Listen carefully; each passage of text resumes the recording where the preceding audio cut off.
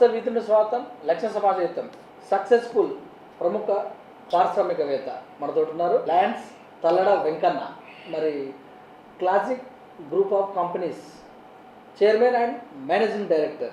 వారితోటి మరి వారి యొక్క అంతర్గతం చిన్న స్థాయి నుంచి, ఒక కురుగ్రామం నుంచి ఈరోజు ఈ స్థాయికి వచ్చారు. నమస్తే అండి. నమస్కారం. మీ మనోగతాన్ని వెళ్ళాక కొద్దిగా చూశాం. మొదటగా పరిచయం చేస్తూ మా వ్యూవర్స్కి మీ యొక్క జననం ఎక్కడ? జనం పాత వరంగల్ జిల్లా, కొత్త మహబూబాద్ జిల్లా, మహబూబాద్ తాలూకా ఉన్నట్టు పెరుమాళ్ల సంకీస గ్రామం. ఒక చిన్న కురు గ్రామం, ఒక 150 ఇండ్లు మాత్రమే ఉంటాయి.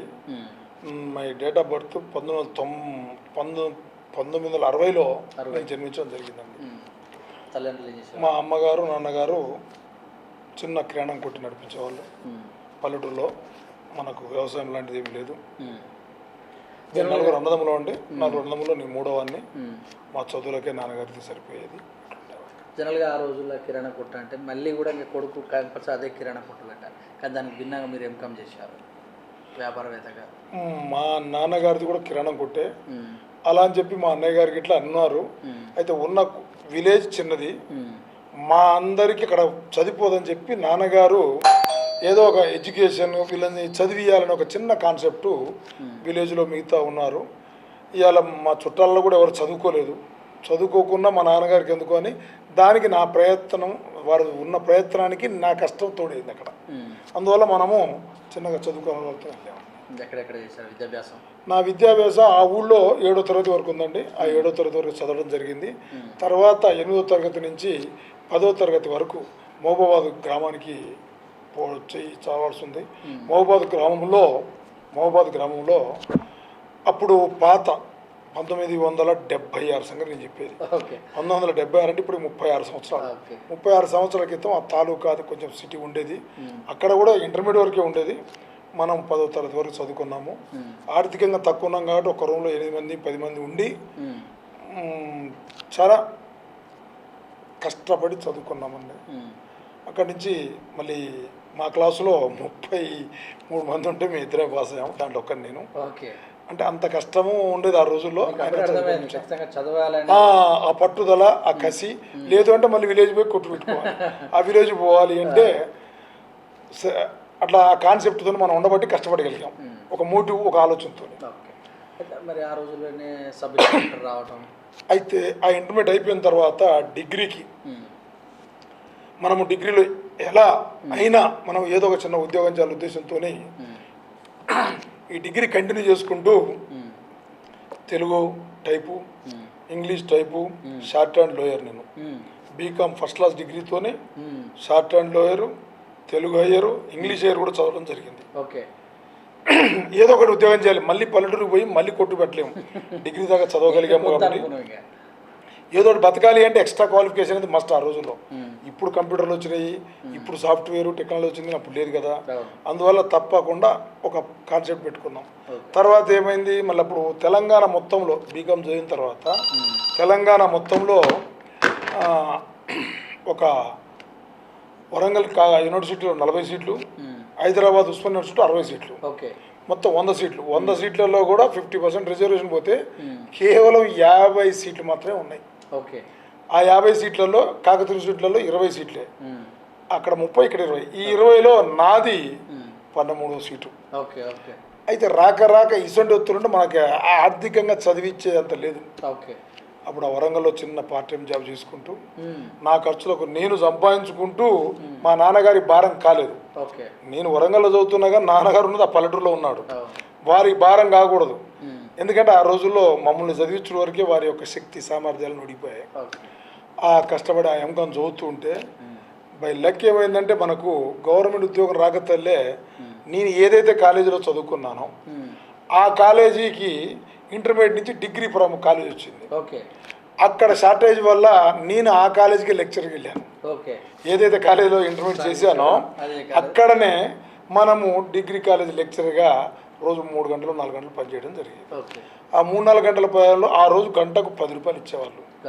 గంటకు 10 రూపాయలలో 50 నిమిషాల పీరియడ్ అంటే 8 రూపాయలు వెజలు వచ్చేది ఒక పీరియడ్కు. ఒక్కొక్క నాడు 2 పీరియడ్లు వచ్చేది అంటే 15 రూపాయలు 16 రూపాయలు.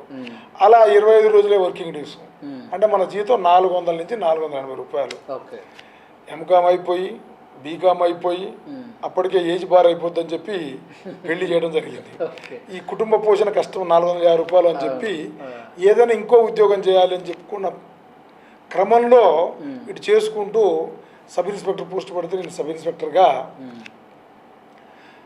రాయడం జరిగింది. ఫిజికల్ టెస్ట్, రిటర్న్ టెస్ట్ అన్నీ జరగడం జరిగింది. వాళ్ళ ఒక టెక్నికల్గా అంటే నేను కాకతీయ నోటి చదువుతున్నప్పుడు ఏదో పోలీస్ కేసు ఏదో పిల్లల ఎజిటేషన్లో ఉందని దాన్ని అడ్డం పెట్టి వాళ్ళు కొంచెం మన దగ్గర ఆశించి ఉండొచ్చు. ఆ రోజు వరకు మనకు ఆర్థిక పరిస్థితి లేదు. మనం ఏదైతే చేయదలుచుకుంటున్నామో అప్పుడు వ్యాపారం మీద ఇంకో ఉద్యోగం కోసం వెళ్ళాం. ఇంకో ఉద్యోగం చూస్తుంటే ఆ వ్యవహారాలను చూసి వరంగల్లో ఇండస్ట్రీ సెంటర్కి వెళ్ళాం. అక్కడ ఏమైనా మేము బిజినెస్ చేయదలుచుకున్నాం అంటే వాళ్ళు ఒక ఇంతప్పుడు లిస్ట్ ఇచ్చారు, ఈ వ్యాపారం చేయొచ్చు అని. ఓకే. మీరు లిస్ట్ ఇచ్చారు సార్, మరి పైసలు ఎట్లా అంటే స్టేట్ ఫైనాన్స్ కార్పొరేషన్ అని చెప్పి ఒకటి ఉంది, మీకు ఆర్థిక సహాయం చేస్తారని చెప్పారు. మనం అక్కడికి వెళ్ళి వేణుగోపాల స్వామి అనే ఒక మేనేజర్ గారు నాకు ధైర్యాన్ని ఇచ్చాడు. నువ్వు చేయగలవు, చేస్తావు, నా వే ఆఫ్ టాకింగ్ బట్టి లోన్ ఇవ్వడానికి సెక్యూరిటీ అంటే సెక్యూరిటీ నా దగ్గర ఏం లేదు సార్ అసలు అప్పంటే నువ్వు ఏమొద్దు ఎవరినైనా కలుపుకొని ఒక జాగ్ కొను, ఎవరు ఎకరమో 2 ఎకరాల జాగ్ కొనుక్కొని ఫ్యాక్టరీ పెడితే ఆ కాగితాలు నాకు ఇచ్చే నీకు పెడతా అని చెప్పి సాయం చేశాడు. ఓ 4 ఫ్రెండ్స్ని కలుపుకొని మన భుక్తి కోసం ఇచ్చిన ఆర్థిక సాయంతో స్టేట్ ఫైనాన్స్ కార్పొరేషన్ వాళ్ళ ఆర్థిక సాయంతో ఫ్యాక్టరీ కట్టుకొని గవర్నమెంట్ సప్లై చేసుకొని అలా చేసుకొని తర్వాత నేను సొంతంగా మళ్ళీ కట్టుకుని వాళ్ళందరికీ ఆ ఫ్యాక్టరీ ఉన్నప్పటికీ సొంత ఫ్యాక్టరీ కట్టుకొని అక్కడి నుంచి మహబూబాద్ నుంచి అదంతా విలేజ్ బిజినెస్, ఏది బంగాళపెంకులు.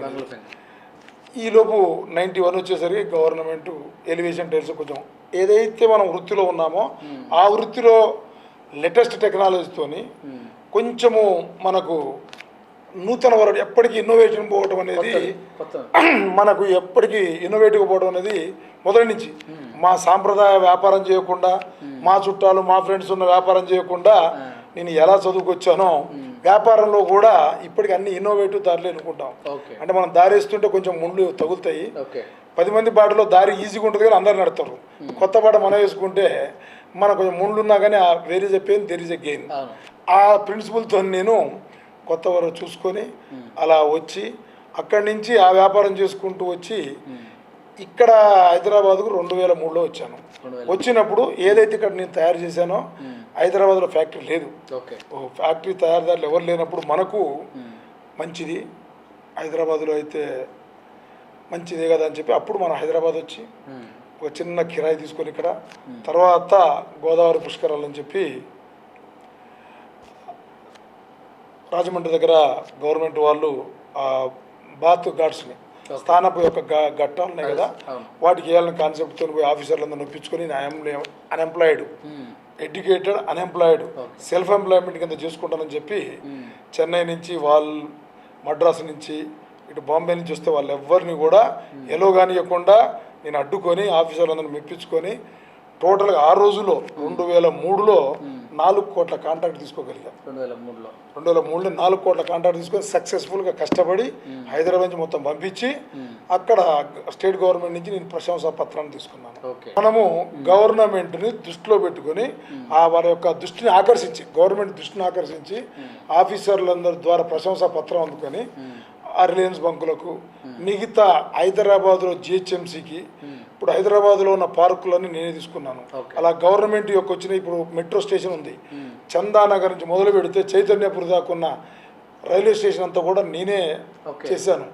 ఇవాళ హైదరాబాద్లో ఉన్న పార్కులన్నిటికీ నేనే నా టైల్సే సప్లై చేశాం. నేను ఎప్పుడైతే లోకల్లో నుంచి తయారయ్యానో లోకల్లో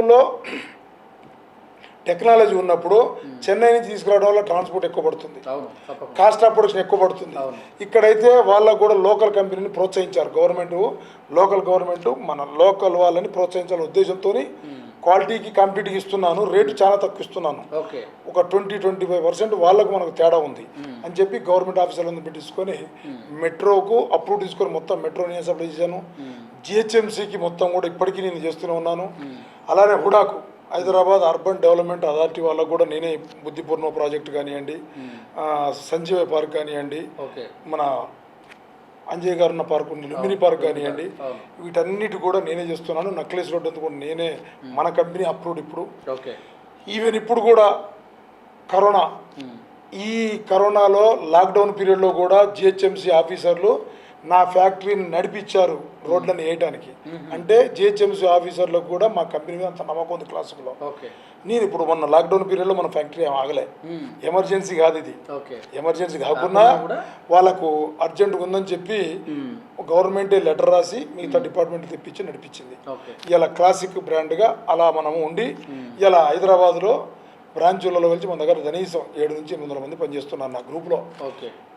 వ్యాపారం ఎన్ని కోట్లు చేశానా, ఎన్ని కోట్లు సంపాదించిన పక్క పెడితే నేనే ఫైల్ పట్టుకొని ఎన్నో ఆఫీసులో పోయి ఉద్యోగం అడిగిన నేను ఇలా ఎవరు వస్తే వాళ్ళకు ఉద్యోగం ఇవ్వగలుగుతున్నాను యొక్క తృప్తి అది నేను మాటల్లో చెప్పలేనిది. కారణం ఏంటి అంటే ఎవరు ఎంత చీత్కరించుకున్నారో, ఏ 400 రూపాయలకు నేను ఉద్యోగం ఇచ్చి ఇలా లక్షల ఉద్యోగాలు ఇస్తున్నానంటే ఇండస్ట్రీస్ డిపార్ట్మెంట్ వాళ్ళు కూడా వచ్చి నన్ను ఆదర్శంగా తీసుకొని ఇప్పుడైతే ఎవరైతే యువకులు మొత్తం చదువుకుని ఉంటున్నారో ఆదర్శంగా చెప్తున్నారు. ఇగో హైలీ ఎడ్యుకేటెడ్ అయ్యాడు, ఇట్లా యూనివర్సిటీ ర్యాంక్ హోల్డర్ అండి, హైలీ ఎడ్యుకేటెడ్ అయ్యి ఇలా కష్టపడి బ్యాక్గ్రౌండ్ పారిశ్రామికంగా వాళ్ళ ఫ్యామిలీలో కానీ వాళ్ళ చుట్టాలలో కానీ వాళ్ళ రిలేషన్లో ఫ్రెండ్స్లో కానీ ఎక్కడ కూడా ఈ వ్యాపారాలకు ఈ పారిశ్రామికలకు సంబంధం లేదు. నేను ఇంత డెవలప్ చేసి ఈరోజు హైదరాబాద్కి వచ్చి హైదరాబాద్లో ఉండు సౌత్ ఇండియా మొత్తం సప్లై చేస్తున్నాను టైల్స్ వర్క్. అలానే ప్లాస్టిక్ మోల్డ్ ఫర్నిచర్ ఇండియా లెవెల్లో సప్లై చేస్తున్నాను. అంటే అంతకన్నా తృప్తి ఏం కావాలి మనిషికి? ఎంత తృప్తి ఉందంటే అంత తృప్తి ఉంది. నేను పైసలు ఎప్పుడూ లెక్కేసుకోవట్లేదు, ఇంతమందికి పని కల్పిస్తున్నాను యొక్క తృప్తి మాత్రం నాకు బ్రహ్మాండంగా తృప్తిగా బతుకుతున్నాను. అలానే వచ్చిన వాడిని నేను ఉదయం నుంచి సాయంత్రం వరకు వ్యాపారంగా ఎంత టైం కేటాయిస్తానో సోషల్ సర్వీస్గా మా కమ్యూనిటీ పరంగా నేను అన్ని రకాల సంఘాలలో అన్ని వైశ్య ఆర్గనైజేషన్లో ఉన్న మా అసోసియేషన్లు అన్నింటిలో కూడా మెంబర్స్ వండుకుంటూ చేతనైన కాడికి సాయం చేసుకుంటూ అలానే ఉండి నేను స్టేట్ ప్లాస్టిక్ ఇండస్ట్రీస్కి స్టేట్ సెక్రటరీని. మా తెలంగాణ స్మాల్ ఇండస్ట్రీస్ సొసైటీకి చైర్మన్ని. ఇక్కడ నాచారంలో 480 ఫ్యాక్టరీలు ఉన్నాయి, దీనికో జనరల్ సెక్రటరీ నేను. ఈ 480 ఫ్యాక్టరీలకు నాచారం ఐలా జనరల్ సెక్రటరీని. మన రైస్ మిల్లర్స్ అసోసియేషన్ ప్రెసిడెంట్ కూడా చేశాను నేను. ఇప్పుడు ప్రస్తుతము మన స్టేట్కు తెలంగాణ ఆర్య వైశ్య, మా వైశ్య కమ్యూనిటీకి నేను దగ్గర చెప్పాను కదా, ఆర్య వైశ్య ఇండస్ట్రియలిస్ట్ ఫారంకు అధ్యక్షునిగా ఎన్నికయ్యాను. మొన్న ఏప్రిల్ నుంచి నేను ఈ ఆర్య వైశ్యులందరిలో ఈ పారిశ్రామికంగా మా కుల వృత్తి అయినటువంటి ఆ కిరాణం కొట్టు చిన్న కొట్టు కాకుండా పారిశ్రామికంగా వాళ్ళందరినీ కూడా నేను ఎలా పైకి వచ్చి కష్టపడి వచ్చానో వాళ్ళందరినీ కూడా తేయాలని ఒక ఉద్దేశంతో మా యువశక్తిని ఆర్య వయసులో ఉండే యువకులందరినీ కూడా చదువుకున్న వాళ్ళు ఉద్యోగం కోసం వేటాడకుండా ఉద్యోగాలు ఇచ్చే స్థాయికి వాళ్ళని తీసుకురావాలని ఒక దృఢ సంకల్పంతో ఒక మంచి ఆలోచనతో నేను ఈ యొక్క అధ్యక్ష బాధ్యతలు చేపట్టిన తర్వాత వాళ్ళందరినీ సంబోధిస్తూ వాళ్ళందరినీ కూడా చైతన్యపరిచి హైదరాబాదులో ఉన్న ఆర్గనైజేషన్లు అన్ని వైశ్య ఆర్గనైజేషన్ అందరినీ కూడా ఒక తాటి మీదకి తెచ్చి అన్నీ ఒక సామూహికంగా ఒక కార్యక్రమాన్ని చేయాలి, ఒక మంచి ఆలోచనతో ముందుకు పోదామని ఉన్నాను. ఇలాంటి కార్యక్రమాలు ఇంకా ఎన్నో చేయాలని చేద్దామని ఆ భగవంతుని ప్రార్థిస్తూ ఉంటున్నాను. ఇప్పుడు గ్రూప్ ఆఫ్ కంపెనీస్ కదా, ఫస్ట్ టైల్స్, తర్వాత నాకు రైస్ మిల్స్ ఉన్నాయండి, రైస్ మిల్స్ కట్టాను. అయితే మనము ఏ ప్రోడక్ట్లు ఉన్నా అన్నిటికీ క్లాసిక్ బ్రాండే వాడతాను. 5 రకాల ప్రోడక్ట్లు ఉన్నాయి, 5 రకాలకు కూడా మనము ఇదే వాడతాం. ఫ్యాక్టరీస్ ఎక్కువ ఉన్నాయి, product different kinds. Cotton ginning mill ఉంది, దానిది కూడా క్లాసిక్ బ్రాండ్. మట్టితో తయారు చేస్తాం టైల్స్, దానికి క్లాసిక్ బ్రాండ్. రైస్ మిల్ ఉంది, క్లాసిక్ అని పెడతాను. అలానే ఇక్కడ సిమెంట్ కాంక్రీట్ టైల్స్ ఉంది, ఈ ప్లాస్టిక్ మోల్డెడ్ ఉంది అంతా, ఇది కూడా క్లాసిక్. క్లాసిక్ ఎందుకంటే మనం హైదరాబాద్ వచ్చినప్పుడు ఫస్ట్ క్లాసిక్ అనే పేరు పెట్టాము, దానికి మంచిగా కలిసి వచ్చింది, మంచి బ్రాండ్ నేమ్ ఉంది, అందరితో మంచిగా ఉన్నప్పుడు మళ్ళీ నేను వేరే బ్రాండ్ పెట్టుకొని దానికి మార్కెటింగ్ చేయడం కష్టం కాబట్టి ఈ ఒకే గొడుగు కింద క్లాసిక్ అంటే వెంకన్న ప్లస్ క్లాసిక్ అంటే మంచి ప్రొడక్ట్ ఉంటుంది, ఒక బ్రాండ్ నేమ్ని క్రియేట్ చేశా. నేనే బ్రాండ్ పెట్టాను, దాన్ని క్రియేట్ చేశాను. కాబట్టి ఆ బ్రాండ్ కింద ఆ గొడుగు కింద ఉంటే అందరం మంచిగా ఉంటామనే ఉద్దేశంతో వ్యాపారాన్ని ఎలా మార్కెటింగ్ ఈజీ, ఆ బ్రాండ్ నేమ్ వచ్చింది కాబట్టి మార్కెటింగ్ ఈజీ. అదే అయితే ఒడిదుడుకులు ఈ పీరియడ్ దొడుకులు ఏది మొత్తం జీవితంలో ఉంటున్నారా మీరు అనేది ఈ యొక్క ప్రముఖ పారిశ్రామికవేత్త తర్వాత చాలా కష్టాలు ఉంటాయి. ఇక పారిశ్రామికంగా కష్టాలు అంటే అండి మీకు మొదలుగా చెప్పా వేరే చెప్పేది తెలిసి ఇప్పుడు ఏ ప్రోడక్ట్కైనా అండి మనిషి మేనేజ్మెంట్ 50%, మార్కెటింగ్ యొక్క పరిస్థితులు ఒక 50%. ఫుల్గా మార్కెటింగ్ ఉన్నా కానీ మనము మేనేజ్మెంట్ కనుక మిస్మేనేజ్ ఉంటే that will be failure. Okay, అలానే మనిషికి ఎన్ని తెలివితేటలున్నా మార్కెట్లో లేకపోతే ఏం చేయలేము. కాబట్టి ఈ మార్కెటింగ్ అంత ధైర్యాన్ని రావడానికి ఎన్నో కష్టాలు పడ్డాం. కష్టాలు పడటం అంటే ప్రోడక్ట్ను ఇలా తయారు చేయడం ఒక 25% అయితే మార్కెట్లో లిక్విడేట్ చేసుకోవడం 70%. ఆ మార్కెటింగ్కు ఎవరి మీద ఆధారపడకుండా నేనే స్వయంగా చేయాలి. ఎంత చిన్న కస్టమర్ అయినా మనము కస్టమర్ ఇస్ ద గాడ్ అనే సూత్రంతో వాళ్ళు ఉంటేనే నేనున్నాను. కాబట్టి ఎంత చిన్న దగ్గరికైనా ప్రత్యేకంగా నేను వెళ్ళి వాళ్ళతో మాట్లాడటం, వాళ్ళకున్న సమస్యలు తెలుసుకోవటం, నా ప్రోడక్ట్ వల్ల వచ్చిన వాళ్ళ ప్రాబ్లంలన్నీ సాల్వ్ చేసుకుంటూ వచ్చా. వాళ్ళకు ఇప్పుడు నా కస్టమర్కి ఏంటంటే మార్కెటింగ్ వాళ్ళు వచ్చిన ఆ ఎండి గారు డైరెక్ట్గా నా సమస్య తీర్చగలడు, ప్రాబ్లం రాకుండా క్వాలిటీ కార్డు కానీ చేయగలడు ఒక నమ్మకాన్ని కలిగించా. దానివల్ల ఆ నమ్మకానికి నేను ఇటు ఇవి అవి చూసుకోవడానికి ఉన్నాయి. అలానే కంప్లీట్ ఇవన్నీ కూడా నేను చెప్పినవన్నీ కూడా labour oriented. Okay, labour short fall. హైదరాబాదులో లేబర్ అనేది చాలా కష్టం.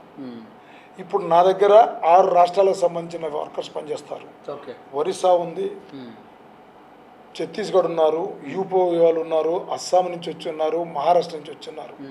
మన దగ్గర ఎస్పెషల్లీ నా ఫ్యాక్టరీలో 5% are some supervisors only local, all are migrates. అన్ని ఇతర రాష్ట్రాల నుంచి పట్టుకొచ్చి, ఇతర రాష్ట్ర వాళ్ళకు భాష రాదు, మనం వాళ్ళని ఆర్థిక సాయం చేద్దామన్నా వాళ్ళ అడ్రస్ తెలియదు, వీడు వెళ్ళిపోతే ఎక్కడి నుంచో తీసుకురావాలి. కాబట్టి మేజర్ ప్రాబ్లం లేబర్. కాబట్టి ఆ లేబర్ని ప్రొక్యూర్మెంట్ చేయటంలో ఉన్న బాధలు, మళ్ళీ ఎవరికో ఏజెన్సీ ఇస్తే వాళ్ళకు సొంత కమిషన్లు ఇచ్చి వాళ్ళకి చేయాలంటే మనకు వర్కౌట్ కాదని చెప్పి డైరెక్ట్గా డీల్ చేయటం, అవసరమైతే నా మనిషిని అక్కడికి పంపించి అక్కడి నుంచి తెప్పించుకురావటం. ఇది లేబర్ యొక్క సమస్య. ఈ లేబర్ సమస్య ఇక్కడ తెచ్చిన తర్వాత మనకు 10 మంది అవసరం ఉంటే నేను 20 మంది పెట్టేవాడిని. కారణం ఏంటంటే labour absenteeism is most difficult. ఎందుకంటే అవుట్పుట్ రావాలి అంటే ఆ లేబర్ సరిగ్గా పనిచేస్తేనే అవుట్పుట్ వస్తుంది. ఆ లేబరు పనిచేయటానికి ఇప్పుడు ఆబ్సెంటిజం అంటే వర్కర్ పనికి రాకపోవటం. ఈ మిషనరీ ఏముంటుంది, ఒక ఇద్దరు రాకపోతే వచ్చిన 10 మంది కూడా ఆగిపోతారు. కనెక్టివిటీ అంటారు దీన్ని, ఛానల్ కంటిన్యూషన్ వర్క్. ఆ కంటిన్యూషన్ వర్క్లో ఏ ఒక్కడ కనెక్షన్ తగ్గినా కానీ మొత్తం ఆగిపోద్ది. మొత్తం ఆగిపోవడం వల్ల మిగతా 10 మంది పని చేయకపోతే కూడా వాడు మళ్ళీ పేమెంట్ నాకు వర్కౌట్ కాదని వాడిపోయే ప్రమాదం ఉంది. కాబట్టి నేను 100 మెంబర్స్ వరకు ఎక్కువ ఉంటే 120, 130 తీసుకొని ప్లాన్ చేసుకుంటాం. కారణం ఏంటంటే ఆ 20-30% ఆబ్సెంట్ అయినా మనకి ఇబ్బంది రావద్దు. ఒక్కొక్కసారి ఏమవుతుందంటే ఈ 120, 130 మెంబర్స్ కూడా 95% అటెండెన్స్ వచ్చారనుకోండి, అప్పుడు ఏం చేస్తానంటే ఆ 95% వర్కర్స్కు అప్పుడు ఏం చేస్తానంటే ఈ 20ని రొటేషన్ సిస్టంలో పెడతాను వారనుకో అన్నట్టు. కాబట్టి అలాంటిది ప్రొక్యూర్మెంట్. ఇక రా మెటీరియల్స్ అప్ అండ్ డౌన్ ఉంటాయి. అప్ అండ్ డౌన్ అనేది కంపల్సరీ. మా గవర్నమెంట్కి ఇచ్చినప్పుడు మార్కెటింగ్ అప్ అండ్ డౌన్తో మాత్రం కొంచెం ఇబ్బంది పడతాం. ప్రైవేట్ పార్టీలు ఏంటంటే తగ్గిందంటే తగ్గించిస్తాం, పెరిగిందంటే పెరిగిందిస్తాం. నా ఎక్కువ గవర్నమెంట్ ప్రాజెక్టు కాబట్టి నేను కూడా రా మెటీరియల్ ఏం చేస్తున్నానంటే ఈ ప్రాజెక్ట్ వచ్చింది ఇలా 6 నెలల దాకా నాకుంది, ఈ 6 నెలలకు నువ్వు ఒకే రేట్ ఇస్తానంటే నేను దగ్గర ఉంటా. అట్లా అగ్రిమెంట్ చేసుకోకపోతే గవర్నమెంట్ దగ్గర రేటు పెరగడం అనేది నాట్ సో ఈజీ. వాళ్ళ పారామీటర్స్ వాళ్ళకు ఉన్నాయనుకోండి, వాళ్ళ పారామీటర్స్ ప్రకారం మొదగాలే కండిషన్ ఈ రేటు, ఈ అగ్రిమెంటు, ఈ పీరియడ్, దానిలోపు చేస్తేనే నువ్వు టేకప్ చేయలేదు అంటే మనం టెండర్ చేయాల్సిన అవసరం ఉంటుంది అనుకుంటారు. దానికి అనుగుణంగా మనం పోవాలి తప్ప మనకు అనుగుణంగా గవర్నమెంట్ అడగదు. సో నేను గవర్నమెంట్కి అనుగుణంగా వండుకుంటూ ఈ రా మెటీరియల్ దగ్గర ఈ పని చేసుకుంటూ, అయితే రా మెటీరియల్ వాళ్ళు అడుగుతారు, డిపాజిట్ అడుగుతారు, అడ్వాన్స్లు అడుగుతారు.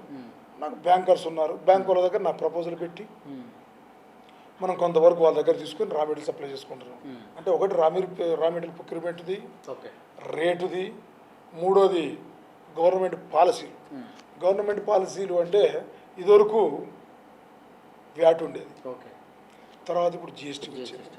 ఇక గవర్నమెంట్ ఫాలో కావాలి, చట్టాన్ని ఫాలో కావాల్సిన బాధ్యత మనకు ఉంది.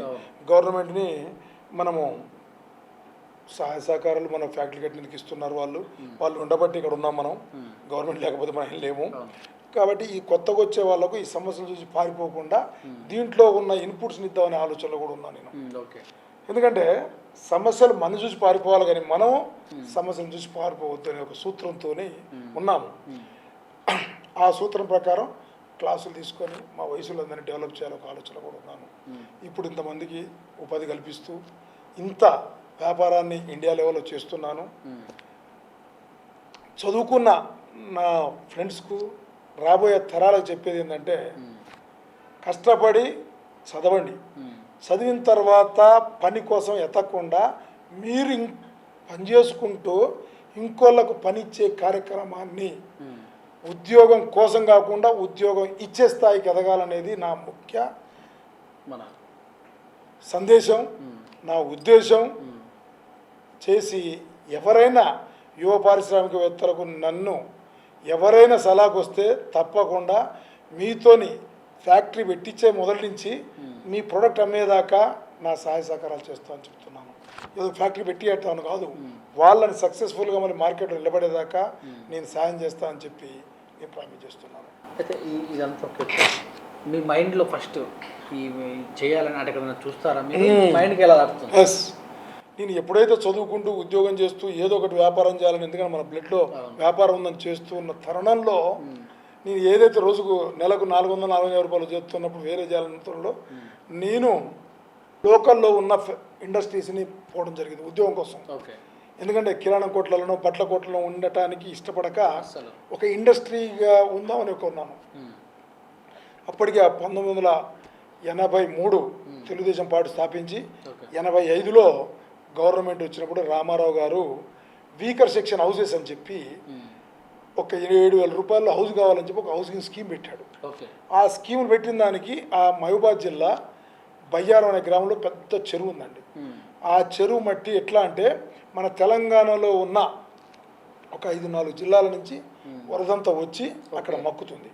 అది ఫారెస్ట్ నుంచి వచ్చిన ఆకు ఈ వరద నీరు మక్కి మట్టిగా తయారవుతుంది. ఆ మట్టి కూడా బ్రౌన్ కలర్లో ఉంటుంది, రేగడి భూమి కానీ ఎర్ర భూమి కాకుండా.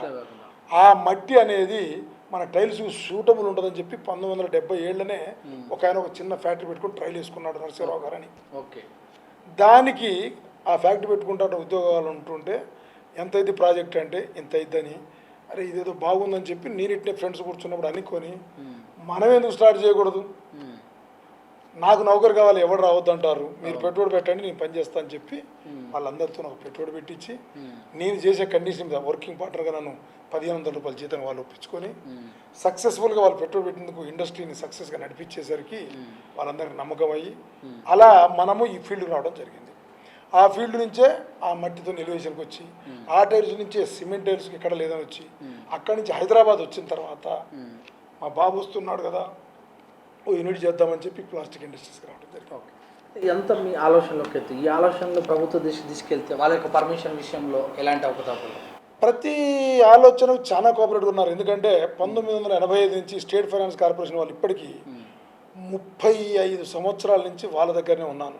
25 ఖాతాలు వాళ్ళ దగ్గర ఇచ్చాను. వాళ్ళే నాకు సూపర్ ఎంటర్ప్రెన్యూర్ సర్టిఫికేట్ ఇచ్చారు. ఎందుకు అంటే ఈ రోజు వరకు ఒక చెక్ బౌన్స్ కానీ వాళ్ళు విధించిన విధి విధానాలకు కట్టుబడి పేమెంట్లు కానీ అన్నీ మంచిగా సక్రమంగా చేసినందుకు వాళ్ళ సాగునీరులో నా ఫోటో పెట్టుకున్నారు. మంచిగా ఒక ఐకాన్గా ఒక మోడల్గా 10 మంది చూపెట్టుకుంటున్నారు. Because of my payment record మనము ఫైనాన్స్ డిసిప్లిన్ అంటే మెయింటైన్ చేసుకున్నాం. బిజినెస్ చేసిన ప్రతిదీ కూడా అమ్ముడు పోవాలి. చాలామంది కాంపిటీషన్, దీన్ని ఎలా తట్టుకుంటారు? కొన్ని సమయాలలో మీ యొక్క హార్ట్ బోట్ ఎలా? Quality rate.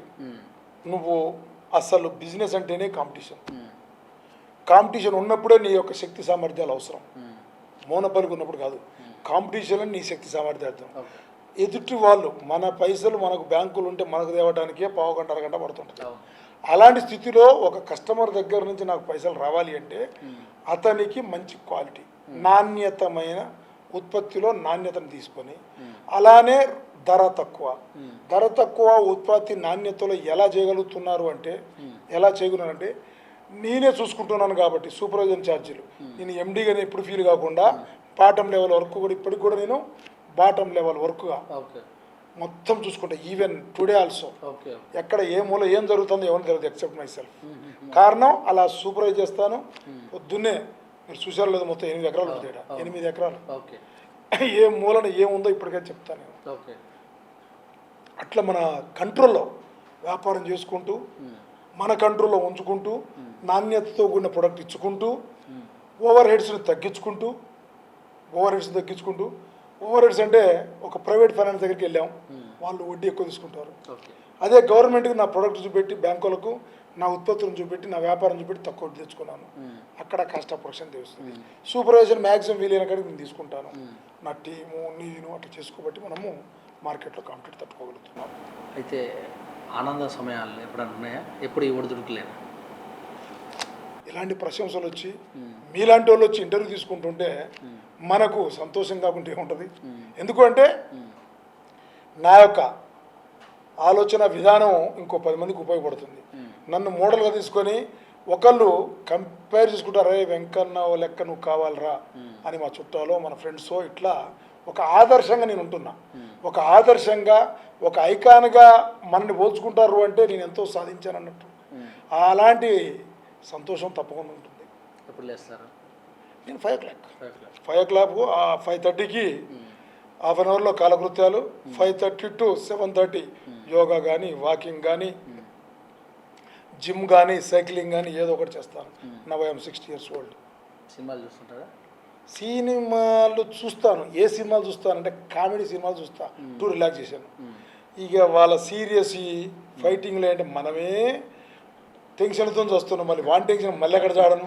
పోయినందుకు 2 గంటలు 3 గంటలు రిలాక్స్గా నవ్వుకునే సినిమాలు తప్ప అయ్యా ఇప్పుడు వచ్చేట్లే వెనకటి సినిమాలు మళ్ళీ వేసుకొని చూసుకున్నా కానీ ఇప్పుడు వచ్చే సినిమాలలో కామెడీ తక్కువ, మిగతా అన్ని ఎక్కువ. టెంపుల్కి వెళ్తుంటారా? భగవంతుని దగ్గరికి 1987 నుంచి ఈ రోజు వరకు ప్రతి సంవత్సరం స్వామి శబరిమలకి వెళ్తుంటా. ప్రతి సంవత్సరం ఒక 4 years నుంచో డేట్ మార్చాను, లేదా ఎవ్రీ January 1st అక్కడికి వెళ్ళి ఆడ బ్లెస్సింగ్ తీసుకున్న తర్వాతనే మనం ఈ కార్యక్రమం మొదలు పెడతాం. ఇది 2015 వరకు, 1987 నుంచి 2015 వరకు ఎవ్రీ January 1st అక్కడ ఉంటా. ఎవ్రీ January 1st అది ఏది ఏమైనా కానీ అక్కడ ఉండేవాడిని. ఈ 2015 తర్వాత ఆ జనం దగ్గర నుంచి కొంచెం వెళ్తున్నాను, ఒకరోజు అటు ఇటు వెళ్తున్నాను తిరుపతికి. ఈ జీవితంలో అనుకున్నాయన్నీ జరిగినట్టు ఇంకేమైనా మిగిలిన ఇన్నోవేషన్గా మొదగాలు ఏంటంటే నేను ఎప్పుడు కూడా ఏ కోరిక పెట్టుకుని పనిచేయలేదండి. విజన్ పెట్టుకున్నాను తప్ప కోరిక పెట్టుకోలేదు. విజన్ పెట్టుకుంటే వచ్చి నష్టం లేదు, ఎందుకంటే కష్టపడతాం, గోల్ రీచ్ కావాలని ప్రయత్నిస్తాం. కోరిక పెట్టుకున్న కాంచి కోరిక కనుక తీరకపోతే అసంతృప్తిగా బతకాల్సి వస్తుంది. కాబట్టి అసంతృప్తిగా బతికే అవసరం నాకు వద్దనుకున్నా. కారణం ఏది ఉంటే అదే తృప్తిగా చూసుకున్నాను. కారణం ఏంటంటే ఒక్కసారి వెనకకు చూసుకుంటా నేను, ఎక్కడి నుంచి ఎక్కడికి వచ్చాను చూసుకుంటా తప్ప ఇంకా ఎక్కడికి వెళ్ళాలనేది ఆలోచన లేదు. భగవంతుడి వల్ల ఆయన తెలుసు మనం ఎక్కడ పెట్టాలో అక్కడ పెడతాడు. ఆడుకున్నాం కాబట్టి సాధించి బాగానే సాధించాం. There is no limit. ఇంకా ఏది పెంచాలన్నా ఆశకైనా లిమిట్ లేదు. తృప్తిగా ఉన్నంత వరకు బతుకుదాం అనుకున్నాను. ఇప్పుడు జీవితంలో మీరు అన్నందుకు పిల్లల పెళ్ళిళ్ళు అయిపోయినాయి, తాతనయ్యాను, వ్యాపార సామ్రాజ్యంలో ఒక 1000 మందిని బతికించగలుగుతున్నాను, తృప్తిగా సమాజానికి నా వంతు ఉపయోగం చేస్తున్నాను. ఇప్పటివరకు అయితే తృప్తిగా హ్యాపీగా బతుకుతున్నాను. జాబ్ అంటే ఒక 8 గంటలు 10 గంటలు చేసుకోవాలి. మరి minimum 16 years I'm working till today. Minimum 16, because చెప్పాను 5 o'clock లేస్తాను, అంతే. మళ్ళీ 9:30, 10కి 80% పెట్టామండి. ఎప్పుడో అకేషనల్గా ఏమన్నా మిడ్ నైట్ ఏదో ఒకటి తప్ప ఇదంతా కూడా మా ఫ్రెండ్స్ అందరికీ తెలుసు. ఇదంతా కూడా నా గురించి తెలిసిన అందరికీ తెలుసు. మనం 80% 5 గంటలకు వేకప్ టైం, 7:30 వరకు కాలకృత్యాలు మన పేపర్, 7:30 to 8:30 పేపర్స్ రీడింగ్ చూస్తాను ఇప్పటికీ. 8:30 to 9:30 బ్రేక్ఫాస్ట్ చేసుకొని ఫ్లైట్ కాడికి వచ్చేస్తాను. ఇంత సక్సెస్ వెనుక ఒక ఉమెన్ కూడా ఉంటుంది. ఉమెన్ గురించి ఇక మనము ఏ టైం పోయినా ఎక్కడికి పోయినా అనలేదు కాబట్టి సహజంగా భార్య ఎట్లుంటుందో ఇప్పుడు నా మిస్సెస్ నా భార్య కూడా 100% మనం ఇవన్నీ చేస్తున్నామంటే ఆమె యొక్క సహకారం లేదు, నేను ఏం చేయలేము. ఎందుకంటే ఆమె ఏదో వ్యాపారం చేయటం కూడా కాదు, ఇండైరెక్ట్గా నన్ను మనశ్శాంతిగా ఉంచుతుందంటే నా వ్యాపారం అంతా కూడా శాంతిగా నడుస్తున్నట్లు లెక్క. కాబట్టి మా శ్రీమతి శ్రీలక్ష్మి గారి యొక్క సహకారం 100% ఆమెది ఉంది. ఈ నా యొక్క విజయంలో ఆమె భాగస్వామ్యం ఉంది. మీకు ఆదర్శం ఎవరై ఉంటారు? నాకు ఆదర్శంగా అంటూ కాదు కానీ అవసరంగా మాత్రం ఉంది. నా అవసరాలే ఆదర్శంగా మారినాయి తప్ప నేను పలానాన్ని పోల్చుకున్నా అనేది. జీవితంలో ఎంతమంది వస్తున్నప్పుడు వాళ్ళని ఎట్లా మనం ఫాలో కావాలని చూశాను ఒకటి. ఇంకొకటి, అది మీరు బ్యాడ్ అంటారా గుడ్ అంటారా కానీ, ఫర్ ఎగ్జాంపుల్ ఒక ఎక్స్ అనే పని చేశాడు, అది తప్ప రైట పక్క పెడతా. వాడు ఒక 10 లక్షలు సంపాదించాడు అక్రమంగా అంట, అక్రమంగా పక్క పెట్టి ఆ 10 లక్షలకు మార్పు ఎన్నుకుంటాను నేను. ఆడు ఎట్లా సంపాదించింది మనం ఎందుకు? అట్లనే దారి పోతుంటే శత్రువులు ఎన్నో రాళ్ళేస్తున్నారు. నేను ఆ రాయి తీసి ఆ శత్రువు మీద వేస్తే మళ్ళీ వాడు అంతకన్నా పెద్ద రాయి వేస్తాడు. నేను అంతగా అంటే మన టైం అంతా అటు వేస్ట్ అయింది కాబట్టి ఏం లేదు, దండం పెట్టి చిరునవ్వుతో నీ రాయి పక్కన పెట్టి వాడే 2-3 సమస్యలు నాకు తీసుకొచ్చి లాభం లేదు నేను వెళ్ళిపోయిన సంఘటనలు ఉన్నాయి నాకు. ఉదాహరణకు మా సోదరులు అనుకోవచ్చు, ఉదాహరణకు సమాజంలో మన పార్ట్నర్స్ అనుకోవచ్చు. అట్లా జీవితంలో 2-3 జరిగినాయి. జరిగితే నేను ఓపికతో తెలివితో సాధించుకున్నా. ఎప్పుడు కూడా ఇంకో సూత్రాన్ని నమ్ముతాను నేను, కాంప్రమైజ్లో అన్ని కష్టాలు, కాంప్రమైజ్లో అన్ని సుఖాలు, కాంపిటీట్ చేస్తే అన్ని కష్టాలే. కాంటెస్ట్ ఇది ఈవెన్ బిన్ లాడెన్ లాంటి వాళ్ళు కూడా ఛాలెంజ్కి పోయే ప్రాణాలు పోయినాయి. అందుకని నేను ఒక సూత్రాన్ని మాత్రం నమ్ముకున్నాను, ఎట్టి పరిస్థితుల్లో ఓపికగా ఉండాలి. ఓపికగా ఉంటే మనమే బలవంతులము. కాబట్టి ఇమ్మీడియట్ యాక్షన్స్ ఉండకుండా పేషెన్స్గా ఓపికగా తెలివేమటి మనము శత్రువుని కూడా మిత్రునిగా చూసే మనస్తత్వం, ఇవన్నీ చూసుకుంటూ కూడా జీవితంలో ఇప్పటివరకు అనుభవించాను బ్రదర్. మళ్ళీ మనం బతికుంటే నువ్వు ఇంటర్వ్యూ తీసుకుని చెప్తున్నా, అబద్ధం ఆడలేదు, నీతి తప్పలేదు. ఈ రోజు వరకు వ్యాపార అబద్ధాలు పక్క పెడితే ఇంతవరకు నేను నీతి తప్పలేదు, అబద్ధం ఆడలేదు. ఆ 2 కూడా ఈ రోజు వరకు నన్ను ఈ ఉన్నత స్థాయి తెచ్చాలనుకుంటున్నా. రేపు ఫ్యూచర్లో కూడా నేను జీవితాన్ని అంతం వరకు కూడా ఈ 2 సూత్రాలను నేను ఉన్నంతసేపు నన్ను ఎవడు ఏమి చేయలేడు అనే ఒక ప్రిన్సిపల్ మీద మాత్రం అప్పటి నుంచి ఉన్నాను, ఇప్పుడు ఉంటున్నాను, రేపు కూడా ఉంటానని ఘంటాపదంగా చెప్తున్నాను. కారణం ఏంటంటే ఆత్మవిశ్వాసం, నా యొక్క ఆత్మ బలం. నేను అబద్ధం ఆడదలుచుకోలేదు, ఇంతవరకు ఆడదలుచుకోలేదు. బాగా కోపం వచ్చిన సందర్భం ఏదైనా ఉన్నాయి. ఎప్పుడు అంటే టైం కిల్లర్స్ అంటే ఎవడన్నా సమయాన్ని వేస్ట్ చేస్తుందంటే కోపం, పైసా వేస్ట్ చేసినా బాధపడను, కానీ కాలాన్ని వేస్ట్ చేస్తే మాత్రం నాకు అస్సలు తట్టుకోలేను. వాడు నా కొడుకే కానీ, నా ఇంట్లో నా శ్రీమతి కానీ, నా వర్కరే కానీ. ఎందుకంటే తిరిగి రానిది కాలం. అలాంటి తిరిగి రాని కాలాన్ని నువ్వు వ్యర్థంగా చేస్తే అది ప్రకృతికి ద్రోహం చేసినట్టు మనం. అందువల్ల నేను కష్టపడతాను, నువ్వు కష్టపడే కాడ కాంప్రమైజ్ కాకు, సుఖపడే కాడ కాంప్రమైజ్ కాకు అనే ఒక ప్రిన్సిపల్స్ ప్రకారము వెళ్తూ, మళ్ళీ కోపాన్ని ఎవరో తగ్గించకుండా నాకు నేను ఆలోచించుకుంటూ, మళ్ళీ కొంచెం అయిన తర్వాత కాదురా నాన్న అని చెప్పి మనం ఇట్లా వెయిట్ చేసుకోకూడదురా, పోతే రాదురా అని చెప్పి చెప్పుకుంటూ చేస్తే ఆరోగ్యానికి ఇలా వెల్త్కు ఎంత అంటే సంపదనకు ఎంత ఇంపార్టెన్స్ ఇస్తున్నా, హెల్త్కి కూడా దేవుని దేవాలి ఇప్పటివరకు ఏం కాంప్లైంట్స్ లేవు, ఆరోగ్యంగా ఉన్నాను. ఇలానే ఉండాలని కోరుకుంటూ భగవంతుని చూస్తున్నాను. మీరు ఖాళీగా ఉన్నప్పుడు ఏం చేస్తారు? ఇది నాకు ఉత్పన్నం కాలేదు. కారణం ఏంటంటే ఇప్పుడు వచ్చిన 65 రోజుల లాక్డౌన్లో కూడా టీవీ కాడ 3 గంటలు చూసి ఒక సినిమా చూడలే. That is very recent example to you.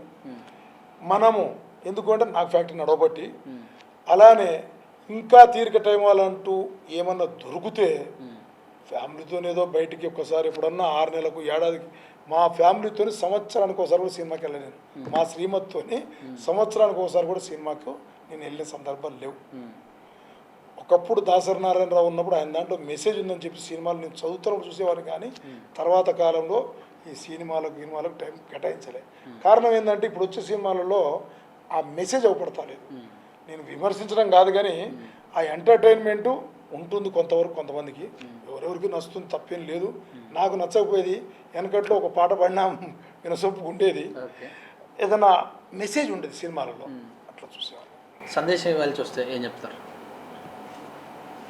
A subject మీద సందేశం? అదే మీకు ఒక అవకాశం వచ్చింది సందేశం ఇవ్వాలి ప్రజలకైతేనేమి. చెడు అలవాట్లకు అట్రాక్ట్ కాకుండా కష్టపడి పని చేసుకోవడం నేర్చుకొని స్వయం ఉపాధి చేసుకుంటూ 10 మందికి ఆదర్శంగా ఉండాలని, 10 మందికి ఉపయోగపడే పనులు చేయాలని, 10 మందికి భుక్తి కల్పించే ఏర్పాటు చేయాలని నా స్వయ అనుభవంతో దీంట్లో ఉన్న తృప్తి ఈ చెడు అలవాటు ఈజీగా అట్రాక్ట్ అవుతుంది, కానీ అది లాంగ్ రన్లో మనకు ఎఫెక్ట్ అవుతుంది. మనం అన్నం వండాలంటే కూర వండిన ఉప్పు కారం పసుపు అన్ని ఇంగ్రీడియంట్స్ ఎట్లా అవసరమో అదొక భాగంగా పెట్టుకోండి. ఏ యాక్టివిటీనైనా జీవితంలో ఒక భాగంగా పెట్టుకోండి, కానీ దాన్నే జీవితంగా మాత్రం ఎవ్వరు పోదనేది నేటి యూత్కి ఇచ్చే నేను సందేశం. ఆహారపు అలవాట్లు, ఆహార అలవాట్లు నేను నాన్ వెజ్ దాంట్లో ఏం డౌట్ లేదు, కానీ నాన్ వెజ్ అనేది మంత్లీ 1 or 2 తీసుకుంటాను. మా యొక్క సాంప్రదాయ ప్రకారం వయసులం కాబట్టి వండటాలు తినటాలు ఉండవు, కానీ నేను బయట ఫ్రెండ్ సర్కిల్కి వెళ్తే మాత్రం తీసుకుంటాను. ప్యూర్గా ఇప్పుడు నాకున్న అవకాశంలో నా దగ్గర కూరగాయలు మాత్రం డైలీ నా ఇంటికి తీసుకెళ్ళి వండుతాను. ఆర్గానిక్, ఓకే, డైలీ ఒక ఆకుకూర, డైలీ ఒక కాయగూర, 80% నా ఫ్యాట్ కానీ వెళ్తాయి. ప్యూర్ వెజిటేరియన్ అనేది 90%. హాలిడేస్ పాట ఏమైనా ఉందా? జనరల్గా సమ్మర్లో వచ్చినప్పుడు ఇప్పుడు తాతనయ్యాను కాబట్టి మన వాళ్ళని తీసుకొని రిసార్ట్ కట్టి వెళ్తుంటా. Okay sir, thank you sir, thank you very much. మీ విలువైన సమయాన్ని, మీరు ఎంతో బిజీ ఉండి కూడా మీ విలువైన సమయాన్ని, మీ వ్యాపార విషయాలను, మీరు చేసినటువంటి సహకారాలన్నీ కూడా మా వీతి న్యూస్కి చక్కగా వివరించారు. నమస్తే. నమస్తే. లయన్స్ తల్లడ వెంకన్న గారి classic group of companies chairman and managing director గారి యొక్క చిన్న స్థాయి నుంచి ఈ స్థాయికి వరకు వెళ్తడం యొక్క విశేషాలన్నీ కూడా వీతి న్యూస్తో పంచుకున్నారు. చూడండి, ఆదర్శంగా తీసుకోండి. యువత ఖచ్చితంగా కూడా ఇలాంటి ఆదర్శవంతులను తీసుకొని ముందుకు రావాలని మనస్ఫూర్తిగా కోరుకుంటూ చూస్తున్నానండి వీతి న్యూస్. లక్ష్యం సమాజహితం. కెమెరామ్యాన్ విజయుడితో మీ సురేష్ దండు.